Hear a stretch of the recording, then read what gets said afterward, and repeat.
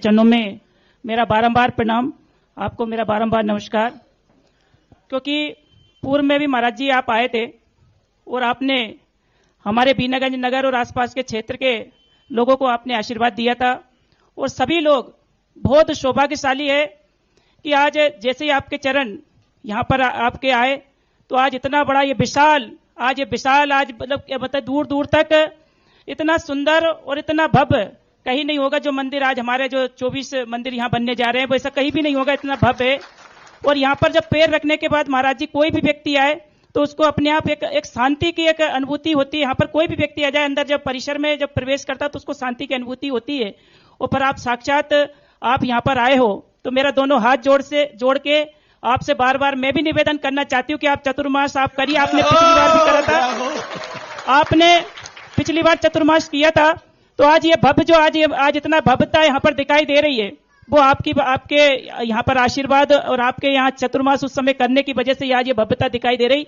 और चतुर्मास अगर आपने किया तो यहाँ का आप ये मान लीजिए पूरे मध्य प्रदेश में नहीं, अपने जहां जहां और भी लोग अपने जो रहते हैं दूसरे प्रदेशों में, वो भी एक बीनागंज का एक उदाहरण कहेंगे कि बीनागंज में जो है वो ऐसा हमारे यहाँ भी बनना चाहिए। ऐसा उदाहरण होगा चतुर्मास अगर आपने यहाँ किया।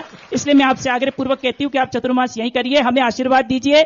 आपकी कृपा दृष्टि हम लोगों को सबको चाहिए, आपकी कृपा दृष्टि। महाराज जी आपको बारंबार मेरा चरण स्पर्श, आपको बारंबार मेरा आपको प्रणाम। पिछली बार आया था जब विधायिका थी, सभी प्रशासन और शासन ने इस क्षेत्र के लिए बहुत बड़ा कहीं ना कहीं से सहयोग दिया है। जिसकी जो सीमाएं थी, मर्यादाएं थी, अपने अधिकार क्षेत्र का सबने प्रयोग किया।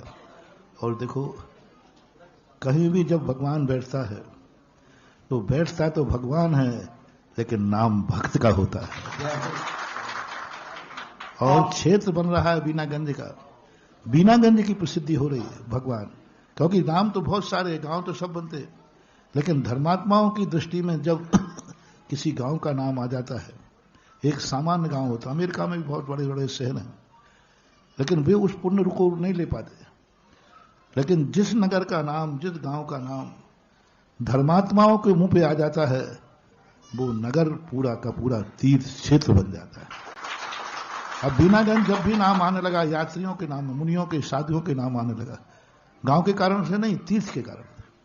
वही बीनागंज जाना, क्यों जाना है? बोले शुभोदय तीर्थ क्षेत्र को। यही बात तो श्री कृष्ण ने सुदामा से कही थी कि मेरे रहते हुए मेरे राज्य में मैं द्वारकाधीश हूं, इस कारण से नगर महान नहीं है, लेकिन ये नगर, ये द्वारका सुदामा के कारण इतनी प्रसिद्ध हो जाए कि ये तीर्थ के नाम से प्रसिद्ध हो जाए। तो जब कोई गांव, नगर तीर्थ के नाम से जुड़ जाता है तो उसकी प्रसिद्धि स्वतः हो जाती है। शुभोदय तीर्थ क्षेत्र बीनागंज के लिए वरदान है, शासन के लिए भी, प्रशासन के लिए भी, समाज के लिए भी। जो भी इस क्षेत्र के प्रति, कोई भी हो, चाहे शासक हो चाहे प्रशासक हो, जो भी इस क्षेत्र के प्रति अच्छी भाव रखेगा, इसी को देखकर मैंने इसका नाम शुभोदय कहा है। जो भी इसके प्रति अच्छा भाव करेगा उसका शुभ होना ही।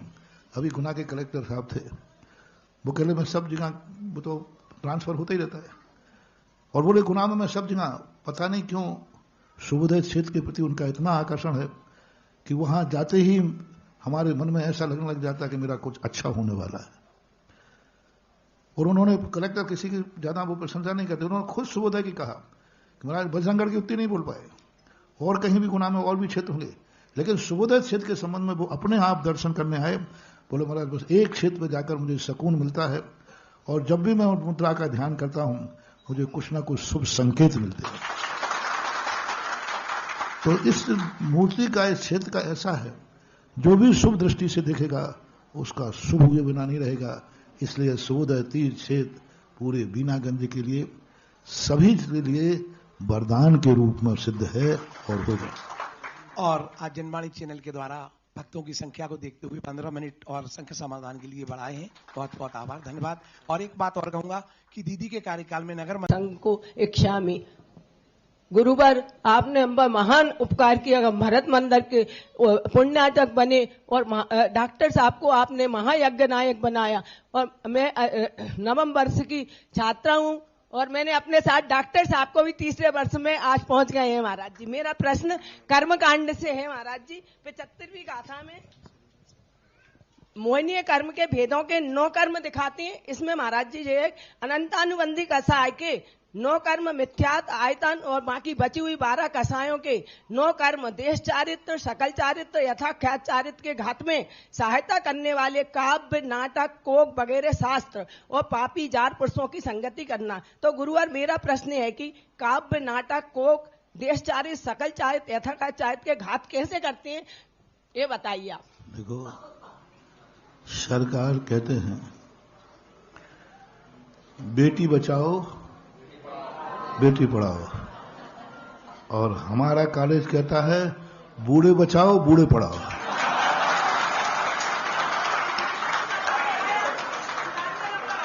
अभी आपने सोचा उन्होंने क्या किया, मैं 30 साल की 9वें साल की छात्रा शब्द प्रयोग किया। अब उम्र देख लो और छात्र शब्द देख लो। छात्रा तो लोग समझते कि युवा लोग होते, लेकिन एक 12 वर्षीय कोर्स का कॉलेज ऐसा खुला जिसमें इस उम्र के लोग भी गर्व से कहते हैं मैं छात्रा हूं। हाँ, बहुत अच्छा है। 98 और पूरे भारत वर्ष में 10,000 लोगों ने इस बार 12 वर्षीय कोर्स में अपना एडमिशन ले चुका है, इन जैसी उम्र वालों ने। बहुत अच्छा। ये 9 कर्म कहलाते हैं। जो 9 कर्म का अर्थ होता है कि इनके निमित्त से वह मिथ्यात भाव आता है, अनायतन। जैसे कोई खोटी वस्तु मिल जाए, खोटी वस्तु देख जाए तो खोटे प्रभाव हो जाते। जैसे अपन लोग कहते हैं ना, खोटी संगति। बच्चा अच्छा था लेकिन बिगड़ गया। क्यों बिगड़ गया? क्योंकि संगति खोटी थी। तो ये कह रहा था खोटी संगति 9 कर्म है। ऐसे ही खोटा स्थान, खोटा क्षेत्र मिलने पर परिणाम भी खोटे हो जाते। अच्छे लोगों की संगति से परिणाम अच्छे भी होते हैं और बुरे लोगों की संगति से परिणाम बुरे भी होते। तो इसी प्रकार से, और इनका घात करने का अर्थ है कि ये सब चीजें जब कषाय होंगी, बुरे भाव होंगे, तो हमारा चारित्र तो घात होगी। किसी गंदी वस्तु को देखकर गंदा भाव हुआ तो हमारी जो सदाचार है, हमारे विचार हैं, वो घात को प्राप्त होते हैं। इसलिए अनंतानुबंधी कषाय जो है सम्यक दर्शन को घात करती है। अप्रत्याख्यानावर्णी देश चारित्र को, प्रत्याख्यानावर्णी सकल चारित्र को, और संजुलन जो है यथाख्यात चारित्र का घात करती है। ये अपने अंदर के परिणाम है। यदि हम ज्यादा क्रोध करेंगे तो हमारा जो संयम है, क्षमता है, वो घात को प्राप्त हो जाएगी। संयम क्या है? क्षमता भाव, शांत भाव। और जैसे हमें क्रोध आएगा तो शांत भाव क्या हो जाएगा? नाश को प्राप्त हो जाएगा। इसलिए ये घात कहलाता है। तो कषायें इन सब चीजों को घात करती हैं। इसमें 9 कर्म कारण बनते हैं। एक बार एक व्यक्ति ने कहा, बोले महाराज जी, इन मूर्तियों के दर्शन करने से क्या होता है? ये तो पाषाण की हैं, स्पष्ट हैं, इनमें कहाँ थे अच्छे भाव आएंगे, क्या आएंगे? और वो चर्चा करते करते मैंने कहा कि भाई, आप लोग यदि कोई राख की पुतलियां बनी हैं, खजुराहो, कोनाल वगैरह में बने रहते ना, घूमने जाते, वहां क्या देखते हो आप लोग? वो चेतन है कि अचेतन?